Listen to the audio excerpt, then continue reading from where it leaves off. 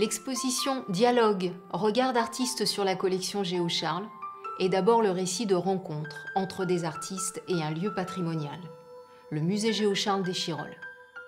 Cette exposition est conçue comme une carte blanche donnée à des artistes contemporains locaux afin qu'ils établissent à partir du choix d'une œuvre dans la collection Géo-Charles un dialogue ou une réflexion en lien avec leurs univers plastiques. Le visiteur est tout d'abord accueilli par cette constellation qui représente la totalité des artistes exposés. Géo-Charles était un grand collectionneur, mais aussi un passionné de littérature, de sport et d'art moderne. Par conséquent, c'est à travers le fil rouge de sa collection que plusieurs axes seront évoqués. L'art moderne, bien sûr, mais aussi le sport et tout particulièrement la marche.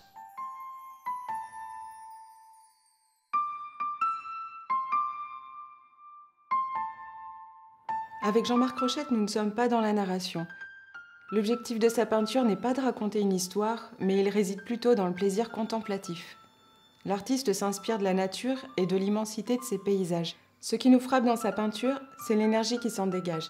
Aussi bien à travers la touche, la gestuelle, que dans le traitement des couleurs et des effets de matière, visibles, indépendants, et qui imposent leur rythme et leur puissance évocatrice à l'œil du visiteur.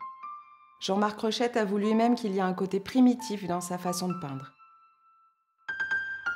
Dans Excuse Me While I Kiss the Sky, photographie d'Éric Bourré que Jean-Marc Rochette a choisi de mettre en dialogue avec son mûrier, le ciel et la terre sont aussi des éléments exclusifs de la représentation. Éric Bourré partage son temps entre le sud de la France et l'Himalaya. Nombre de ces clichés, pris à très haute altitude, font de l'épreuve physique qu'il s'impose la clé d'une autre perception du réel. Selon lui, l'expérience du trajet exacerbe la perception du paysage. L'infini du ciel, son immensité, mais aussi la nature et la position de l'homme face à son spectacle, sont les thématiques d'une œuvre qui ouvre un accès privilégié à la rêverie, au voyage de l'esprit et à la contemplation.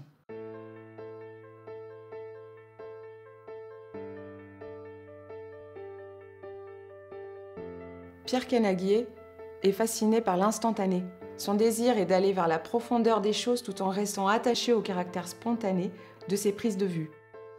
Pierre Canaguier exprime l'instant à travers des compositions toujours très maîtrisées. Il a choisi de mettre ses œuvres en résonance selon 3 thématiques.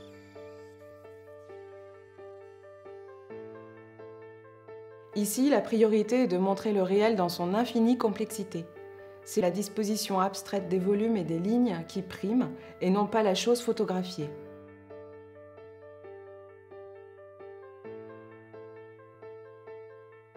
Avec ce second axe, l'artiste se demande s'il faut photographier en couleur, ou plutôt photographier la couleur.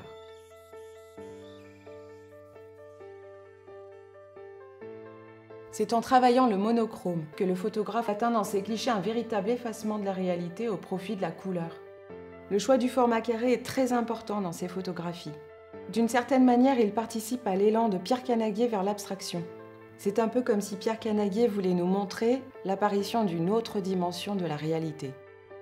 Ces 3 catégories, Pierre Canaguier les a lui-même définies afin d'entrer en résonance avec un artiste présent dans la collection Géo-Charles. Avec sa peinture composition, Otto Freundlich nous invite à regarder le monde à travers le prisme d'un vitrail recomposé. Ce qui émane de cette peinture, c'est d'abord une très forte notion d'harmonie et de rythme.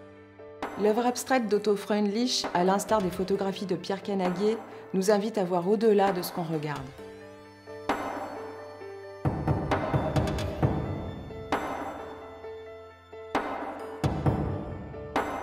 Julien Benetton, natif d'Échirolles, a choisi de mettre en dialogue ses œuvres avec une photographie de la collection Géo-Charles réalisée en 1991 par Philippe Bordas et intitulée « Boxeur du Kenya ».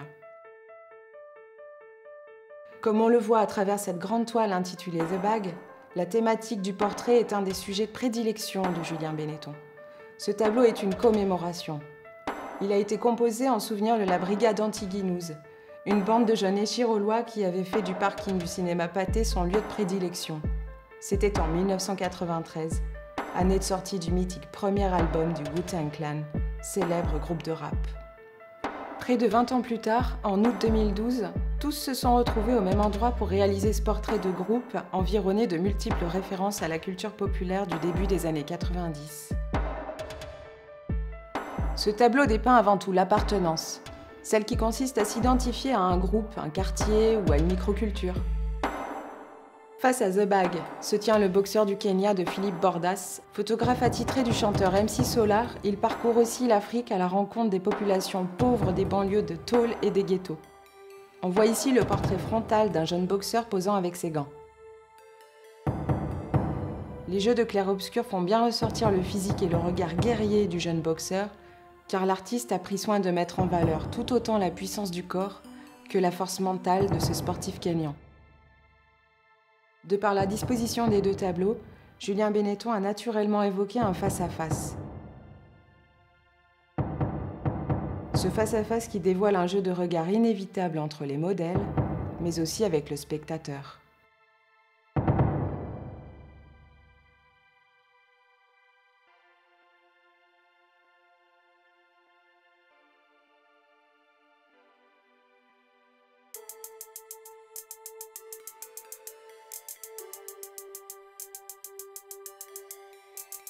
Dans cet espace plongé dans l'obscurité, notre perception est soudain perturbée. Ici sont présentés les travaux de Blux, architecte et artiste grenoblois qui nous invite à une véritable immersion visuelle et sensorielle. La lumière est sa matière et l'espace architectural son support artistique. À travers une série de 3 triptyques intitulés À ciel ouvert, l'artiste revient sur l'installation qu'il avait créée ici même en 2014. L'idée était alors d'imaginer une brèche dans ce bâtiment avec des nuages apparaissant dans la montée d'escalier. L'artiste interroge les notions d'espace en les réinterprétant par une mise en scène de la lumière.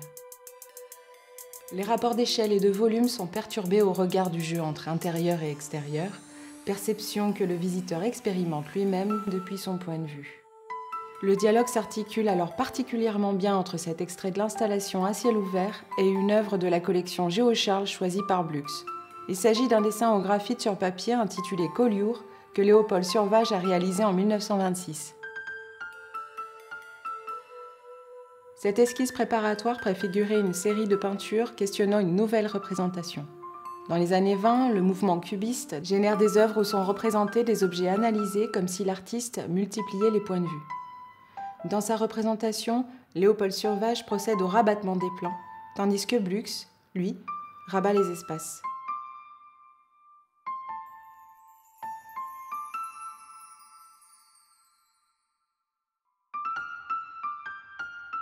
Avec Stratum, hommage à Géo-Charles, la représentation d'un nuage enfermé dans un caisson en plexiglas nous ouvre un univers onirique. Blux offre ici une sorte de modèle réduit du ciel. On aperçoit un petit personnage au milieu du nuage. Blux a voulu ainsi rendre hommage à Géo-Charles, surnommé par Jean Cocteau le poète aux pieds de nuages. En écho à Stratum, Blux a ouvert un second dialogue. Le travail d'Hélène Launois repose sur l'association entre peinture, collage, lumière électrique et objets de pacotille. Cette œuvre comporte un chœur entourant une phrase qui résonne d'une réelle poésie, soulignée par la guirlande lumineuse, comme si Hélène Launois avait voulu glorifier une phrase dans sa banalité. À la différence du premier étage, le rez-de-chaussée est plutôt conçu comme un atelier. De jeunes artistes et jeunes diplômés de l'ESAD de Grenoble-Valence ont investi les lieux en proposant un dialogue en rapport à l'espace. Un foisonnement de regards qui passe délibérément par le corps. Corps du visiteur en déambulation dans les salles, corps inscrit dans le cadre des paysages et des portraits, corps en mouvement particulièrement représenté dans la collection Géo-Charles, corps enfin de la danseuse Maëlle Raymond dont la chorégraphie projetée contribue à poursuivre la ronde des dialogues superposés.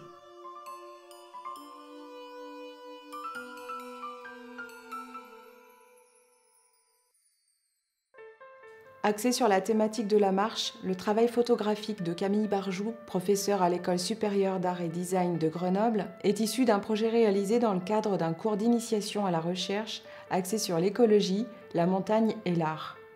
Durant l'été 2020, 3 de ses étudiantes l'ont accompagnée et ont fait avec elle l'expérience de la marche sur les sentiers de moyenne montagne.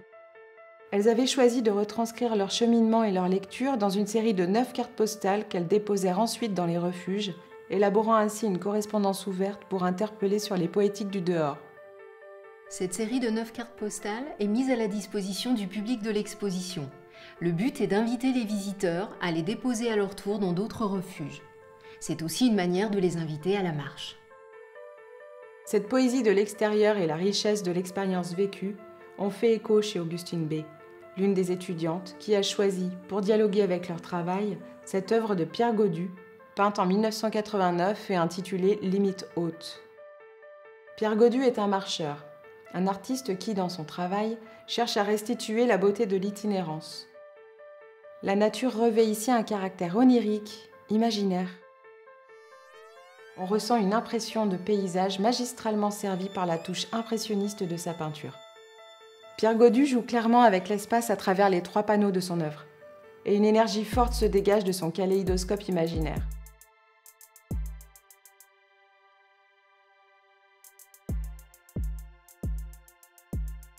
Jeanne Lebrun, quant à elle, a choisi d'évoquer un sport individuel, le ski, et elle nous propose une installation présentée lors de son diplôme en 2019 et qu'elle appelle le Grand Truc.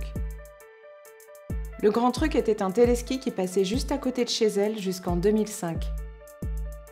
Dans son travail, elle traduit son attachement à des objets devenus désuets, les perches du téléski, mais qui étaient ceux de son enfance. Elle les déplace ici et les dénature en leur donnant un nouveau souffle. En dialogue avec cette installation, elle a choisi une œuvre de la collection Géocharles en rapport direct avec sa réflexion. Il s'agit d'une photographie de Pierre Canaguet de 1994, intitulée « Téléski, le Corbier ». La photographie de Pierre Canaguet évoque une gare de téléski à l'arrêt en plein été. Le téléski de Pierre Canaguet résonne avec l'installation de Jeanne Lebrun, où les perches soudain dérisoires sont elles aussi dénudées de toute fonctionnalité. On peut d'ailleurs voir dans le rapprochement de ces deux œuvres une sorte d'hommage, de témoignage au passé de la montagne.